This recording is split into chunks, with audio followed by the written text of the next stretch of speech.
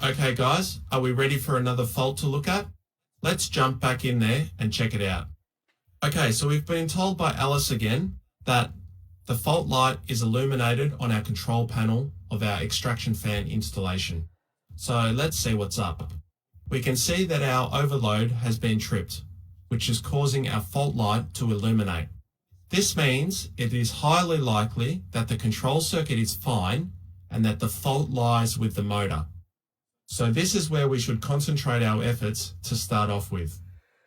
Okay, now if the motor circuit breaker was tripped out, I would be disconnecting the motor and measuring to see if any of the windings are short-circuited to earth.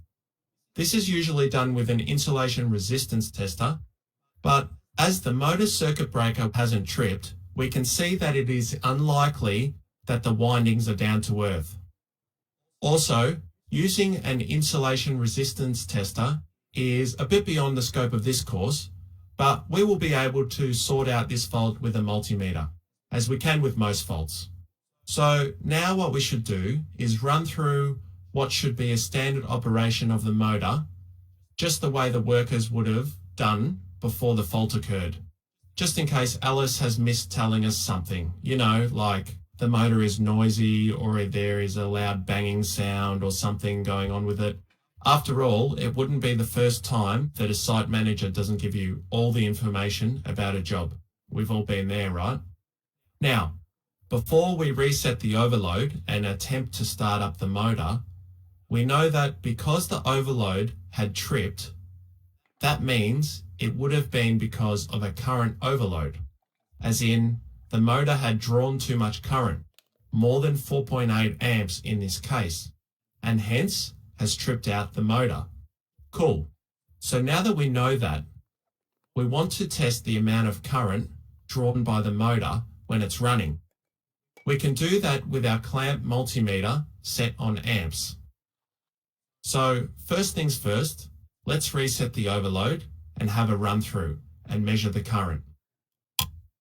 Okay, so our overload is reset. Let's put our multimeter on amps. Cool. And now we need to put it into position to measure the amps with a clamp meter. You need to run the load cable through the clamp one at a time to check the current of each phase. So let's get it into position before we start the motor up, because we might not get much time to do it once the motor is running, because we don't know how long it took before to trip out the overload. Right, we're ready to test the red phase as it's running through the clamp meter, as we can see here. Let's push the start button and see what happens. Okay, our motor is running and it sounds fine. And our first phase is drawing well below the full load current, so that's okay. Let's check the next phase. Okay, the next phase is a little higher, but nothing to be too concerned about.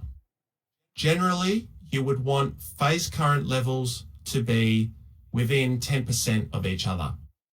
That's just a general rule of thumb for a well-balanced induction motor. Okay, so let's check our last phase. Okay, yep, here's our issue. 6.2 amps is well over the maximum 4.8 that it should draw at full load.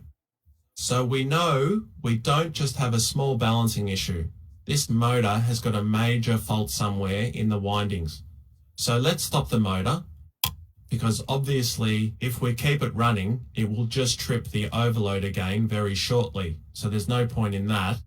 Next, we want to get inside the terminal box of the motor with our multimeter and see if we can confirm our suspicions there. Now, we want the motor on its own at this point, as we think there could be something going on in there.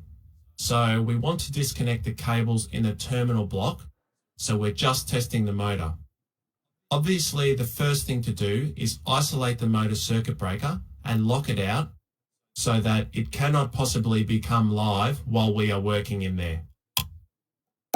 Okay, so our circuit breaker is isolated and locked out. Now, just a side note, guys, generally in an installation like this, you would have an isolating switch just before the motor in the field. This is often a rule in most countries that it has to be there. It's there so it can be another point of isolation for the motor and works exactly the same way as a normal switch. It's just that this one will switch the 3 phases going to the motor. So now that we have an isolator here, let's turn it off and lock it out as well. Okay, we're all isolated and safe. Let's disconnect the cables from the motor and have a better look inside. Obviously, we've made sure there's 0 volts at the motor terminals before we do this. Now, for this test, we want to put our multimeter on ohms again, just like we did in our continuity test in a previous lesson. And we're reading infinite, as we would expect, because we haven't got our test probes on anything yet. Now, let's test ohms across each winding. As we are doing this in a dead test, they should all read the same amount. This should give us a fair idea if something is going wrong here. We would never test the ohms of the motor windings while the motor is running, obviously, because it's far too dangerous. Okay, so first winding, 1.5 ohms. And these are just fictitious numbers here, guys. The numbers themselves aren't so critical as the difference between them, if any. Okay, next winding, 1.5 ohms as well. That's good. And last winding. Okay, and there it is. This winding obviously has a partial short that has developed across it. It is creating havoc with the motor circuit. Now, we could either get this motor rewound by a rewinder or just buy a new one.